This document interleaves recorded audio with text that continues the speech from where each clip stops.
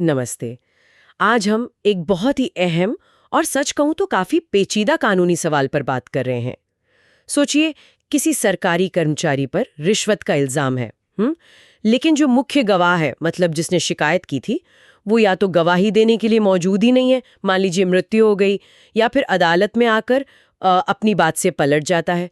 तो सवाल ये है कि क्या ऐसी सूरत में उस कर्मचारी को सजा देना नामुमकिन हो जाता है? नमस्ते। हाँ, ये सवाल सीधा जुड़ा है भ्रष्टाचार निवारण अधिनियम 1988 से, खासतौर पर इसकी धारा 7 और 13 से। और सुप्रीम कोर्ट ने हाल ही में नीरज दत्ता बनाम राज्य मामले में इस पर एक बहुत ही महत्वपूर्ण फैसला दिया है।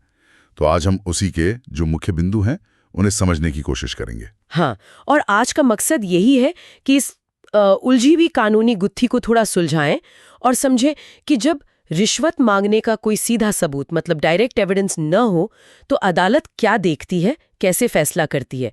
क्योंकि अक्सर ऐसे मामलों में यही सबसे बड़ी दिक्कत आती है ना? बिल्कुल सही कहा आपने। तो देखिए, बुनियादी समस्या ये है कि भ्रष्टाचार निवारण अधिनियम की धारा 7, जो कि अवैध परितोषण स्वीकार करने से जुड़ी हैं, और खासकर धारा 13(1)(d), जिसमें रिश्वत प्राप्त करना यानी ऑब्टेनमेंट शामिल है।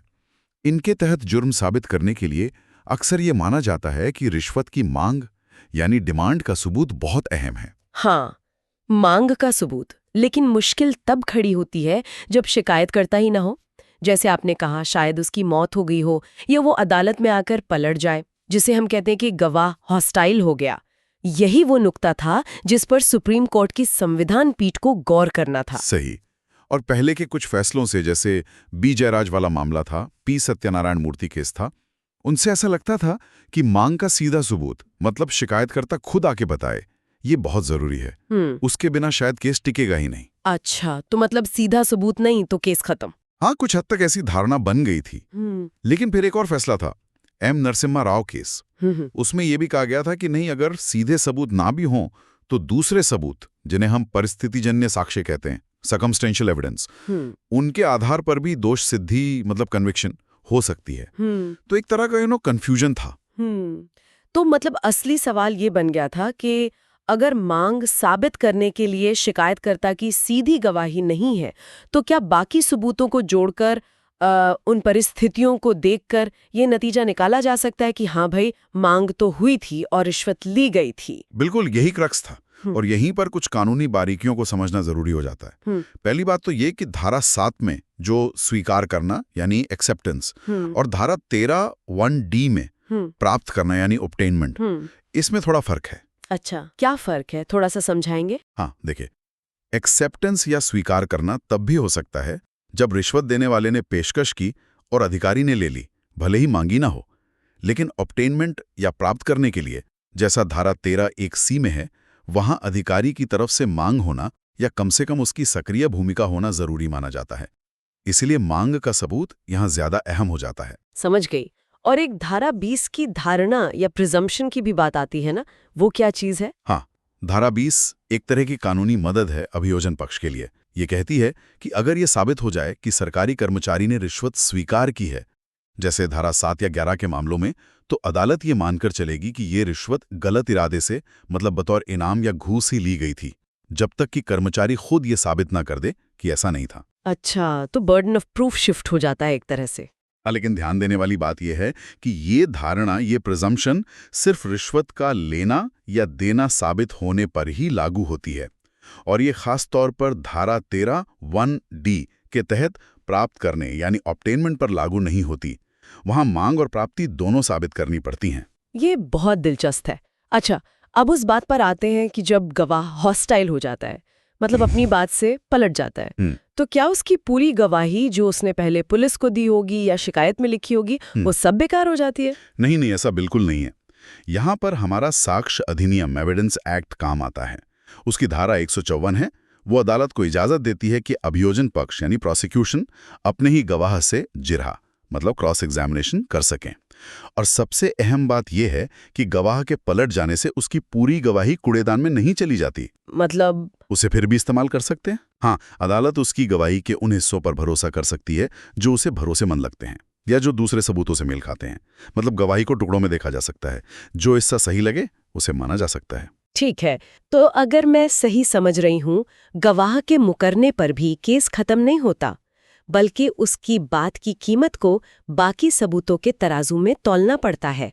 अच्छा, तो अब आते हैं बड़े सवाल पर। आखिरकार संविधान पीठ ने क्या कहा?